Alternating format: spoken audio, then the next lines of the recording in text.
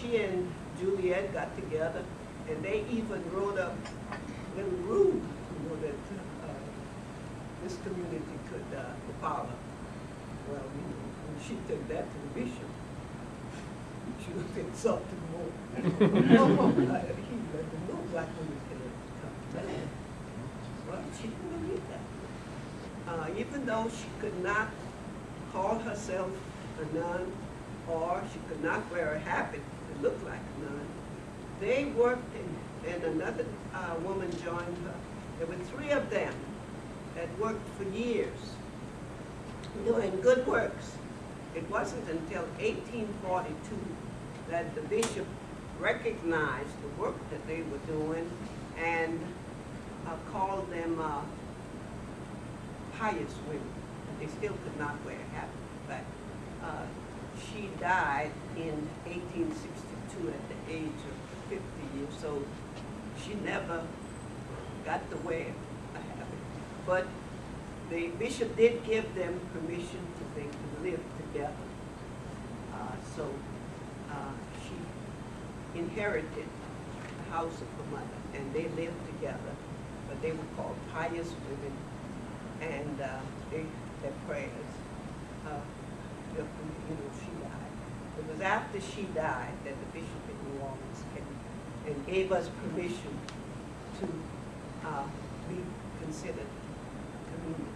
So we're the Sisters of the Holy Family. We still do much of the same work that we had started, caring for the elderly, especially the poor, and unfortunately, we teach school. Well, we do a bit of everything, but we nurse.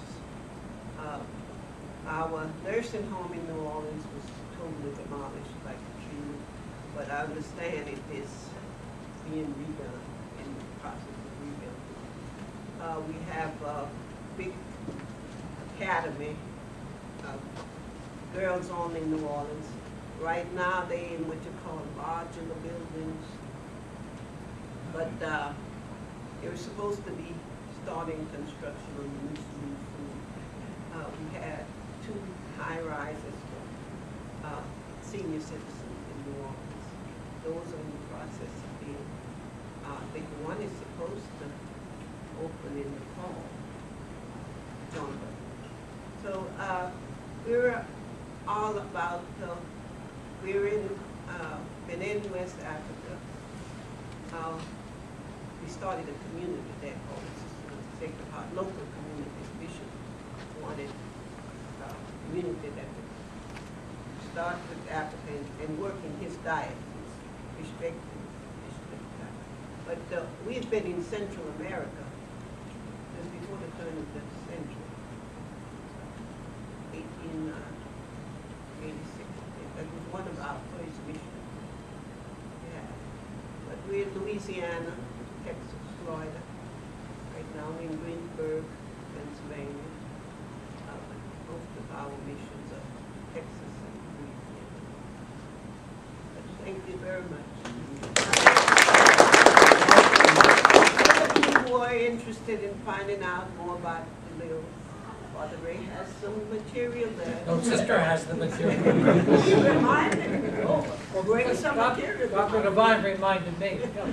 So I thought it was a good idea. we do have some material that is available to you. So, you know, Mother DeLille, the founders, she went out to the streets and picked up these poor slaves who were thrown out there and brought them in, and she started a house for the slaves. And so we've been doing that, saintly people, from that time and until modern times. In our city, we had Horace McKenna, the McKenna Center downtown Washington, and we've had many saintly people. Mother Teresa followed Mother DeLille. So we have these wonderful people who go out and take care of these poor of the poor. And so we want to thank them and thank Sister for that nice word. I want to thank this gentleman here for giving me 37 wonderful years of helping Gonzaga, helping my students, and helping me. He's a wonderful, good Christian and a wonderful man. I'm sorry he retired. I thought he should stay another 10 years. Now, Mr. Plaskowitz back here, you were one of my very early students here. Now, you want to say a few words here? Were we hybridizing soybeans back then? It was alfalfa. That's how long ago it was. 35 years ago, I was an undergraduate at the University of Maryland, agronomy. Needed a job, came up, Dean said, come go see Tom Devine. And he hired me. And worked summers washing out root nodules in freezing cold weather in the wintertime, and summertime it was hot outside. We were growing weeds and things. And we did bees in cages then too. That was a long time ago. We had pollination that way. And we kept in touch for several years after that. Went to my wedding, and he gave me guidance for a career and pointed me toward jobs, and I eventually ended up here. And somewhere along the line, I figured out we had something in common. We were Boy Scouts. And there was something about when you know somebody else is a scout, you can trust them. And Tom was, you know, there's 12 points of Scout law.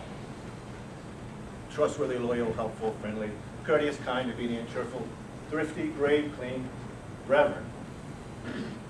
And Tom is a quintessential Scoutmaster. And I just know I want to salute you as good works and good life and a real Scout. That's good.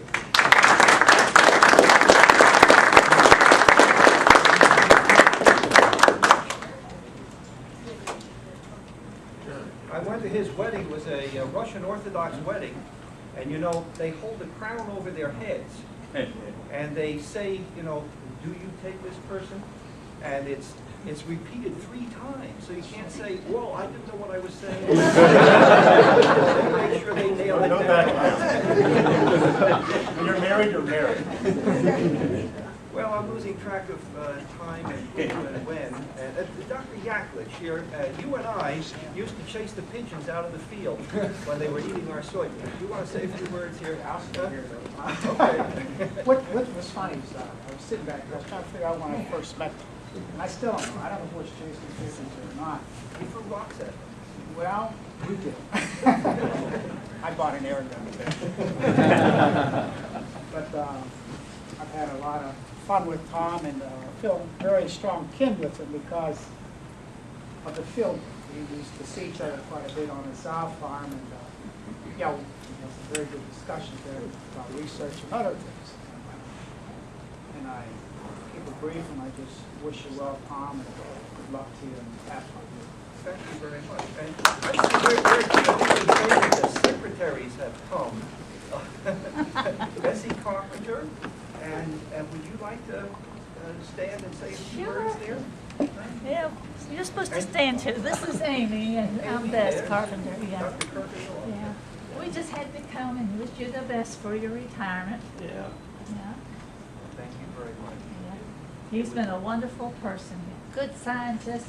Of course, you all know the breath. And there was Harriet Kilby. Well, Harriet wasn't able to come. She had a stroke. But when Harriet Kilby was here, that's when Don Duggan came by looking for a job. And Don has done very well academically. I think some of your family were teachers, weren't they? Yeah. But at that point in his life, his academic record didn't really look all that. And I wasn't really trying to talk to him. But Harriet Kilby said, Dr. Devine, you have got to talk to this. Harriet had red hair, and he had red hair. This was a combination of redhead and people, you know. So finally, then I said, okay, well, I'll talk to him. And then we hired him. And things just took off from there. You want to say a few words there, young man? Yeah, Dr. Devine brought up the point, thank you. Yeah, my academics were less than stellar. and really, everybody takes a different path in life. And I started out working construction on the Metro subway. And I did that for 4 years. And then I decided that I kind of had enough of that. And I decided to go back to school.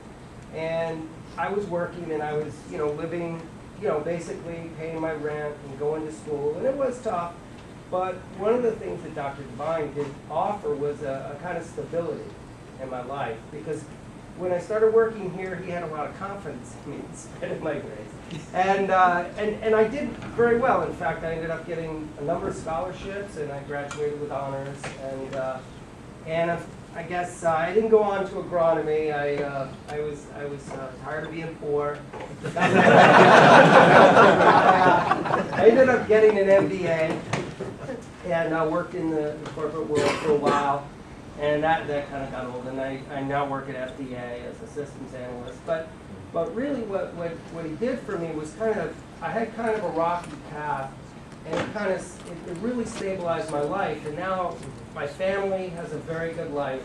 I've got a lovely wife and two beautiful children, and I'm not sure that we'd all have the life we have if it wasn't for Dr. Devine. And so you have all these big accomplishments, but also you've kind of touched people in a way where, just a little family that you really helped out a lot. And I don't know if you know that, and I can only imagine with all the kids that you took on, how many people, lives you made better. It's just really amazing. And so, thank you very much.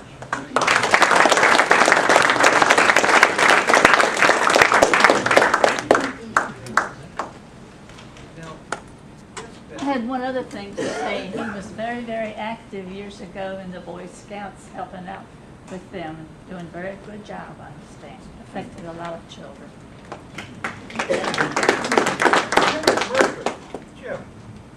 Jim and I did a lot of work together.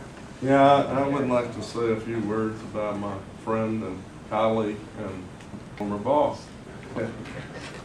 First met Tom back in 1970, coming out of the Marine Corps, Vietnam, and he kind of looked at me and said, looks like trouble. But when we started putting in seedlings out in the field, and we put in 3,000 a day, and then they said, well, we'll put 6,000 in the next day. So he found out the green machine, as we call the Marine Corps, could work pretty well. One remarkable thing about Tom's career, I think, is he's been able to switch between different plant species. They've been all legumes, but you can consider him sort of Dr. Legume. He worked with bird's foot trefoil up at Cornell, and then alfalfa, medicago, sativa here at Beltsville. Then he moved on to soybeans, and then he's worked with hairy vetch, and then just recently sweet clover. And then 3 of those species, he's developed varieties in 3 of those species. And it's pretty tough to change species in this game, especially if it's plant breeding and you're actually developing varieties and knowing the genetics of all those species. They're not all the same. You have the diploids, tetraploids, polyploids. Some of them are self-pollinated, some of them are highly cross-pollinated, others are, I won't mention which ones are which, but anyhow, in alfalfa, he developed one variety and 3 other lines that were released, and him having been at Cornell, the line that he had actually taken and put anthracnose resistance in, the professor up there, he knew him so well, he said, that's got to be a good line. So he released that. So I really count that as 2 varieties in alfalfa that were released from here. And Tom liked this place so much, I guess, early on, that he named that variety ARC after Agricultural Research Center. I think somebody else mentioned that. And either that or he knew the politics. 'Cause that was about the time that Gus Hansen. Gus Hansen made that decision.